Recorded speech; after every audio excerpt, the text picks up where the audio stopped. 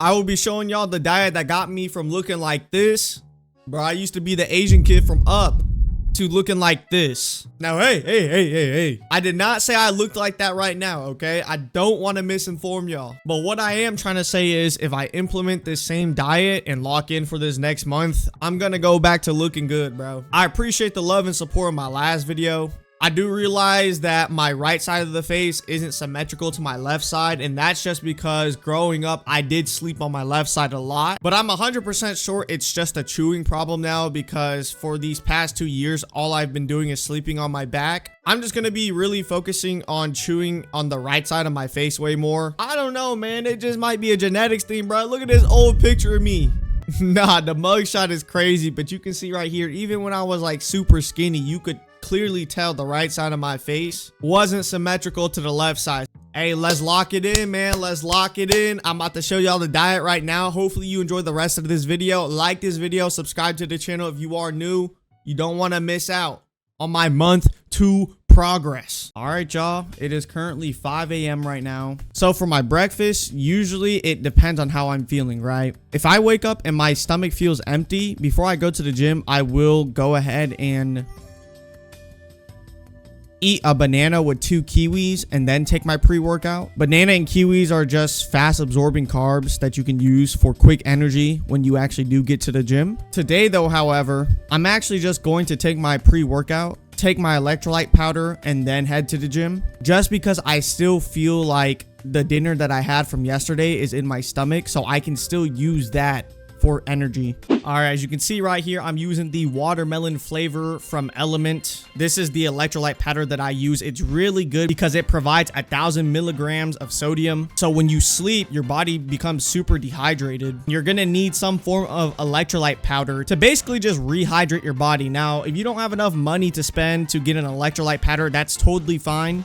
Just drink a glass of water the moment you wake up. Now for my pre-workout, shout out to my boys over at Boba Tea. Sponsor me, man. I used a lychee pre-workout. Today I'm dry scooping it, but you don't want to dry scoop every day because that could lead to heart problems. Preferably, you just want to mix your pre-workout in with some sort of water. I'm using coconut water because coconut water does have potassium in it. Potassium is really good with de-bloating in the morning, so that's why I mix in the coconut water. I try to drink at least 1 coconut water bottle a day. I use the Amazon brand because the ingredients just say coconut water. You don't want any of those coconut water brands that just add on unnecessary sugars. I do recommend pre-workout though, man, especially if you're a morning lifter. If you lift past 12 p.m. though, I would just recommend a non-stim pre-workout. What that basically means is it's a pre-workout without the caffeine. Taking caffeine past 12 p.m. might lead to sleep problems, so that's why I wouldn't recommend it. I'm a big advocate of pre-workout. There has been many studies shown that it has boosted performance and endurance in the gym, and it even helps with muscle recovery. So invest into a pre-workout if you can. Peekaboo, I just put them bookers in my chain. Peekaboo, 80 pointers like a Kobe game. Peekaboo.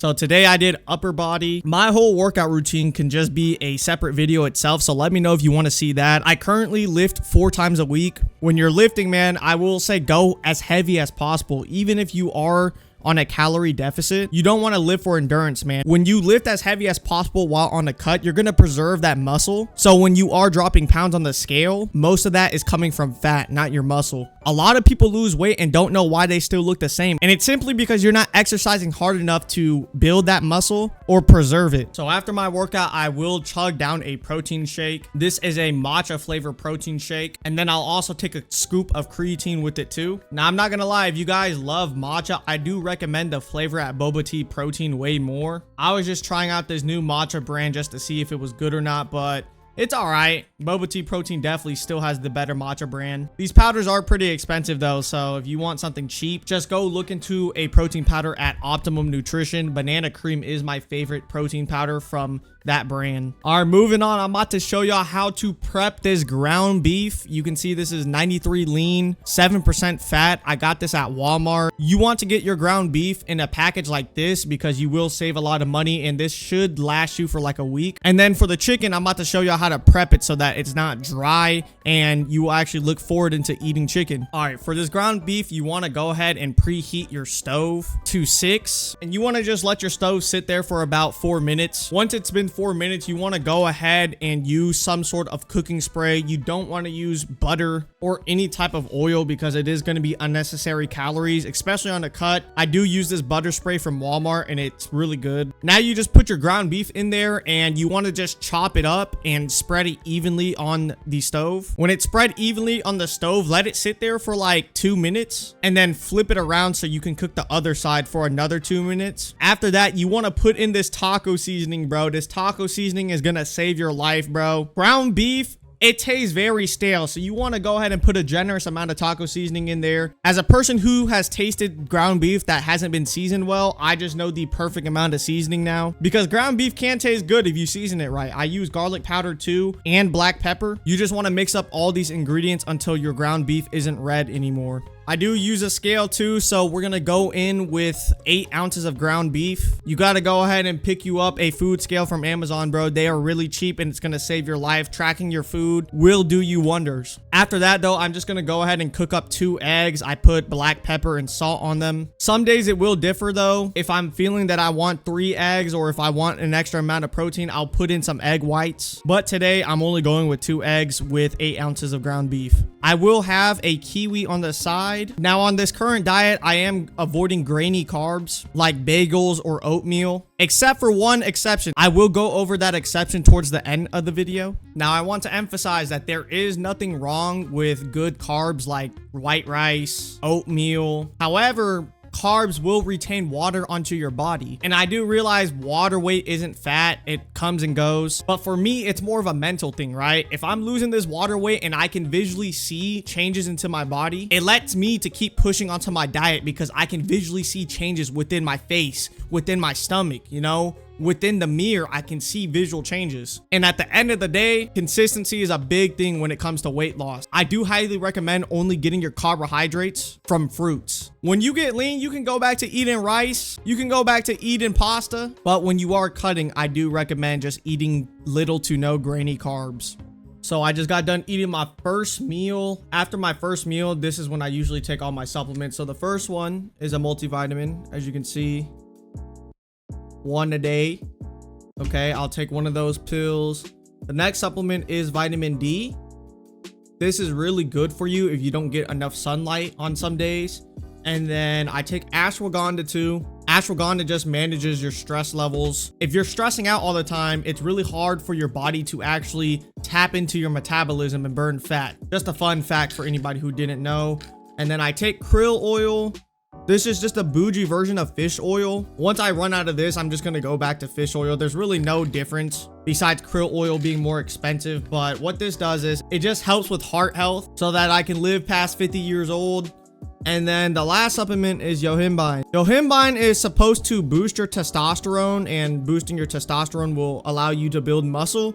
But honestly, after I get done with this bottle, I'm probably not gonna buy anymore. It's not really researched enough, so I just got it because I had money at the time, but now I just feel like it's a waste of a supplement. The 3 ones that I would recommend to get though for sure would be the vitamin D, the 1 a day multivitamin, and then also take creatine. Those are the only 3 supplements you really need in your diet. After all my meals too, I will walk for 15 minutes in my basement. So I usually have 3 meals every day. If I'm walking 15 minutes right after my meals, that's going to be 4,500 steps out of the 10,000 that I need to get out of the day, simply just because I took the time to walk after eating. Walking after eating is also good too, simply because it just helps the food digest better into your stomach. So I highly recommend walking after eating, even if it's just for like 5 minutes. All right, so if you want to prep this chicken, basically put all the chicken in this half-gallon bag. I use this chicken rub seasoning, and I don't measure the seasoning. I just put in what I think is enough. I do go in with garlic powder too. I love garlic powder. And then I'll go in with this lemon pepper seasoning too. Now look, you want to go ahead and mix it up, your dry ingredients, so they don't clump. After Afterwards though, this is where the magic happens though, man. You want to go in with some mustard. Bro, this mustard is going to make the chicken not taste dry. It's going to be juicy. Alongside some maple syrup. I have some no sugar maple syrup. You can use agave too if you want to. This is just going to give that chicken some more moisture. And it's also going to give it a tangy taste. And then the last ingredient is just going to be some lemon juice. You just spray a little bit in there so that you can mix in all the ingredients better. Afterwards though, you want to go ahead and mix up all these ingredients like how I'm doing right here.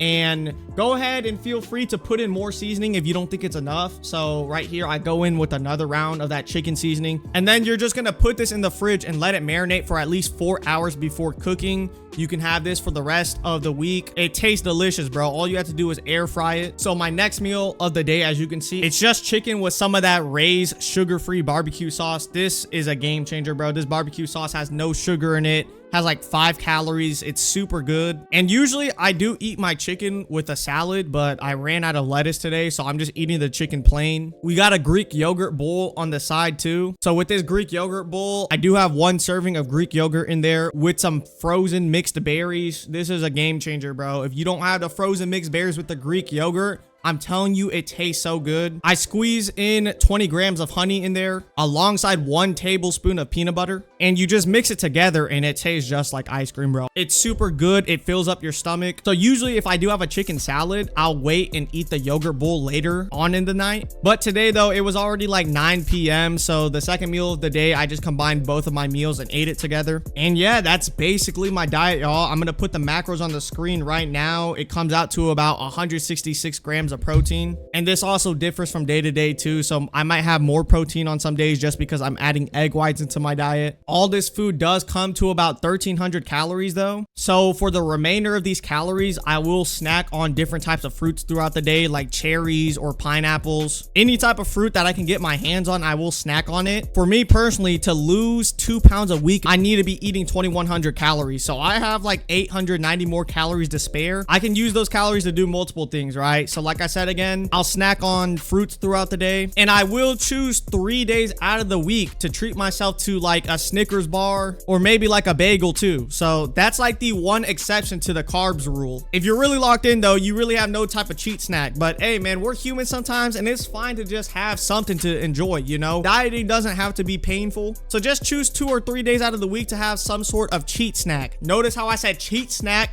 not cheat day. Cheat days are terrible. Just treat yourself to like 1 cookie or like 1 chocolate bar, okay? That's all you need, bro.